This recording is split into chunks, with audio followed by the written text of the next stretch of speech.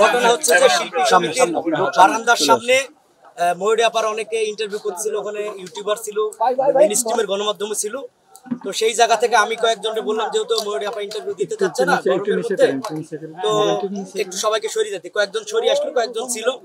তো পরে আমি চিন্তা করলাম ময়ূরী আপা যেহেতু অনেকবার ইন্টারভিউ দিছে এবং ওনারে চিনে, তো ওনার মেয়ে আর ছেলে দেখলাম একসাথে যেহেতু আছে, তো আমি চিন্তা করলাম যেহেতু স্টার কিডদের প্রতি সাধারণ মানুষের একটা আগ্রহ থাকে, তো আমি ময়ূরীর মেয়ের সালাম দিয়ে অ্যাপ্রোচ করলাম যে আপু আপনার আমি একটা ইন্টারভিউ দিতে চাই, আপনার মায়ের সিনেমা দেখেন কিনা, কেমন লাগে এখন।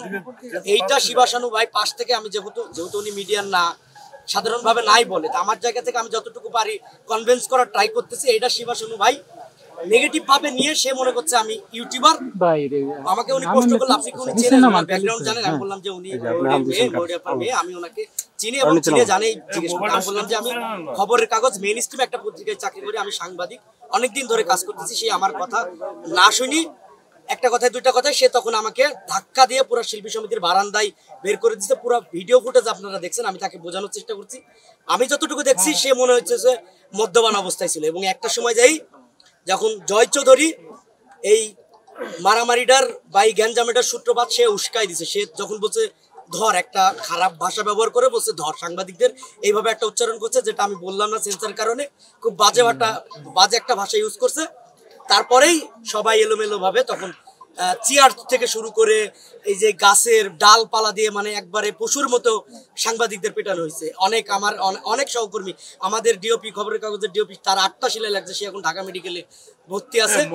আমার এই যে কাঁধে এখানে ব্যান্ডেজ, এখানে পুরা কেটে গেছে, আমার হাত কেটে গেছে এই জায়গায়, ঠিক আছে, এই যে হাত এই জায়গায় ছুলে গেছে, এই যে নাকে এই জায়গায়, আরো অনেক জায়গায় লাগছে, চেয়ারে লাগছে, তো অনেক জায়গায় কাটে নাই, কিন্তু আমার পুরো হাতে ব্যথা। ডাক্তার বললো যে 2টা ইনজেকশন দিয়ে দিছে, কালকে সকালে এমআরআই করবে। এই জায়গায় একটু কেটে গেছে, তো এই জায়গায় জয়েন্টে একটু ঝামেলা হইতে পারে, এই জন্য বললো যে এমআরআই করে দেখতে হবে। কিন্তু হ্যাঁ, আপনি অনেক আহত হয়েছেন, কিন্তু আমি কি বলছি, ওখানে ইউটিউবাররা নাকি প্রশ্ন করেছে আপনি তাদের হয়ে গিয়ে প্রতিনিধিত্ব করেছেন, এরকম একটা কথা।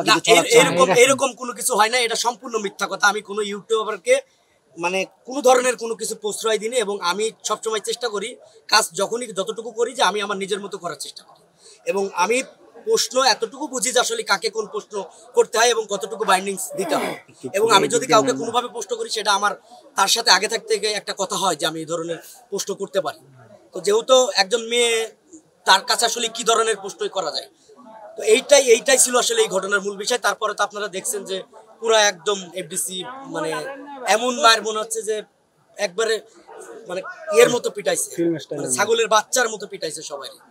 আমি ছাড়াও আরো অনেক বাংলা ভিশনের একজন ডিওপি, তারপরে দেশ টিভি চ্যানেল 24 এক ভাই তারে মারছে, এবং নিউজ 24 ক্যামেরা ভাই আমারে যখন একটু বাধা দেয়, ওনার নাম আরিফিন ভাই, উনি আমাকে সেভ করতে গিয়ে উনিও নিজে মার খেয়েছে এবং ওনাকে প্রচন্ড লাঞ্ছনা করা হয়েছে। কিন্তু আপনি এসে দেখলাম ওইখানে বসে কথা বলছিলেন অনেকের সাথে, যাদের হাতে আঘাত পেয়ে আপনি ওখানে এসে কি কথা বলছিলেন? ওখানে না, ওখানে আমরা খবর পেলাম যে একটা মিউচুয়াল করার চেষ্টা বা একটা ধামাচাপা, যেহেতু আমি কিন্তু আসলে গণমাধ্যম এটা চাইবে না, কি যেহেতু আমি একটা প্রতিষ্ঠানে কাজ করি, আমি আমার নিজস্ব একটা কমিউনিটি আছে, আমার বড় ভাই আছে, তারা যেটা বলবে আসলে আমি তো চাইলে সবকিছু হবে না। যেহেতু একটা ঘটনা ঘটে গেছে, আমি চাই এটার একটা সুষ্ঠু বিচার হোক। আমার অফিস আছে, আমার অফিসের অনেক সহকর্মী আসছে আমার সাথে, এবং আমার বসও আসছে, আবার আমার অনেক বড় ভাই আমাকে ফোন দিয়েছিল, তারাও আছে।